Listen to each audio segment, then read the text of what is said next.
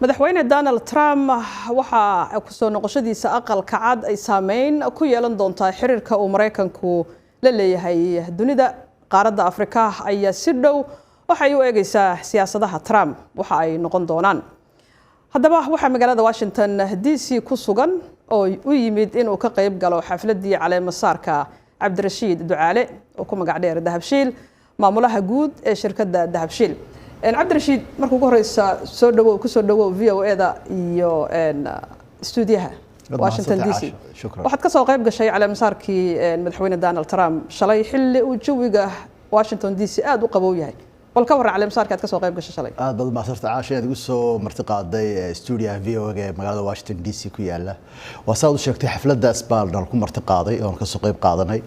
qabowna aad iyo aad buu cuslaa taay cid kaaga sheekeen mayso laakiin xaflad weyn oo balaaran baa dhacday oo caalamka oo dhan lagu wada yimi shirkado badan oo ganacsato ah oo shirkadaha ugu waaweyn adduunka ay joogeen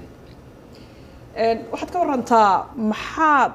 laga filayaa madaxweyne Donald Trump ka ganacsi ahaan iyo maalgashi ahaan marka ay noqoto dhinaca qaaradda Afrika runtii caasha su'aashaas waa su'aal sax ah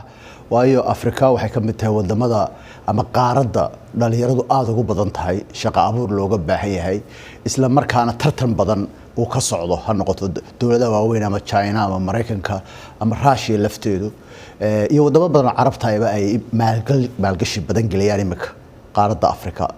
siba goobo kala duwan marka waxa laga fili karaa waa la oran karayaa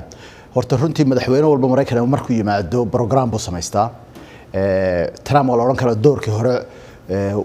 program buu lahaa oo maalgashi uu ka dhacay imkana waxa laga filayaa mid ka badan kii uu doorkii hore markuu madaxweynaha uu ka hirgeliyay China maadaama ay tartan badan ka socoto Afrika waxa laga fili karaa bal oran karayaa Mareykanku inuu maalgashi badan geliyo wax soo saarka xagga macdanta oo kale oo wadamo badan baa jira mineralka oo aad iyo aad ugu badan yahay Afrika waxa kale oo oran karaa arrimaha maartay beeraha iyo agriculture laftiisu inay qayb ka tahay dhalinyarada badan ee Afrika ee lagu tilmaamo inay adduunka ugu badan yihiin waxay Mareykanku u tahay meelo shaqo lagu abuuri karo iyagoo wadankoodii jooga oo halka maalgashiga la geliyo marka fursado badan baan ayaan ka filayaa maamulka cusub ee Trump way saad la socotay Trump waa nin business background-kiisu yahay marka qaarkoodna la oran karo wuxuu meel walba ka eegaya danta Mareykanka ugu jirta inkastoo uu yiri America First ana waxaan qabaa in aan ahayn America First ay tahay danta Mareykanka oo dhan inuu meel walba ka eegaya ama Afrika ha noqoto ama caalam kale ha noqoto marka meeshuu dantiisa ka arko ama administration dantiisa ka arko ama inuu la shaqeysanayo ama dal ha noqoto ama shirkado kale ha noqoto waxaan ognahay dhinaca Soomaalida ku dhaqan geeska Afrika inay si weyn isha ugu hayeen doorashada madaxweyne Donald Trump iyo shalay oo la caleema saaray marka geeska Afrika maxay ka filaysaa Donald Trump iyo maamulkiisa wallahi su'aasha saacashay waa su'aal aad u maartay u da'weyn oo maartay cid walba si gaar ah u filanaysa qaar ku faraxsan way jiraan qaar laga yaabo inay haddii Mareykanka iman lahaayeen ka naxayana way jirtaa waayo waad ogtahay sida imika baad warbixintiina aad ku xisiiseen Trump ma xiiseynaya dad badan oo Mareykanka yimaada marka ciddii Mareykanka hadal haysan ay timaado waa laga yaabaa inay ka niyad jabis yihiin dad badan waxa laga yaabaa fursadana ka dhaxarka way jiraan Trump oo oran karaya maamulkiisu waxa laga yaabaa inuu wax shaqo abuuraya ama ganacsi abuuraya ama horumar abuuraya inay ka dhalato waayo Mareykanku wadamada adduunka number 1 xagga dhaqaalaha ugu weyn waad ogtahay taas inkastoo China iyada lafteeda saan ku sheegay ay qayb ka tahay annagu shirkadahan wixii horumar keenaya ama ganacsi keenaya ama shaqo abuuraya geeska Afrika iyo dhammaan Afrikada kalaba waa aad baan u xiisanaa maadaama Dahabshiil Mareykanna uu ka shaqeeyo waddanka qurba joogga ee lacagtii xagan ka dirayaan ama investment waddankoodii ay gelinayaan marba inaanu Mareykan joogno marra Afrika joogno oo aanu dadkayga la joogno dhinacay doonto ay noqoto Dahabshiil ahaan iyo Dahabshiil group taayada waa ka go'an waayo technology imka isbedelaysa especially maartay internetka uu qubada si yeelanayo data-dii ay si fududaanayso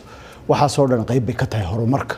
waana waxyaalaha administration Trump oo runtii aad u dhiirigelinayo technology-ga iyo qalabka casriga wuxuu ugu yeeray waqtigii dahabka ahaa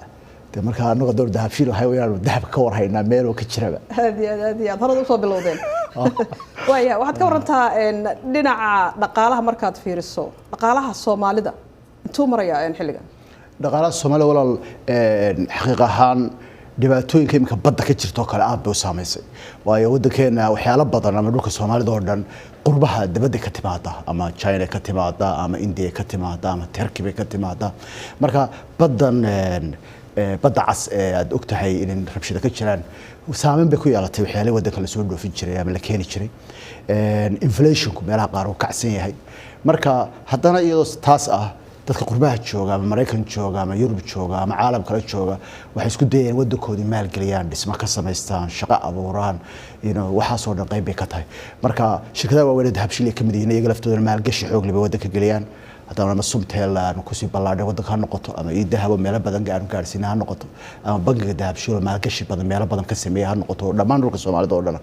marka waxa soo dhan shaqay u abuuraysa dhalinyarada Soomaaliyeed ee joogta waana jecel dadka in waddankooda joogaan maal gashadaan shaqo abuuraan dadkoodana caawiyaan aad baad mahadsan tahay Cabdirashiid Dahabshiil oo nagu soo booqday stuudiyaha kontonaad ee VOA da ee magaalada Washington DC aad u mahadsan tahay Cabdirashiid shukran walaal adiga mudan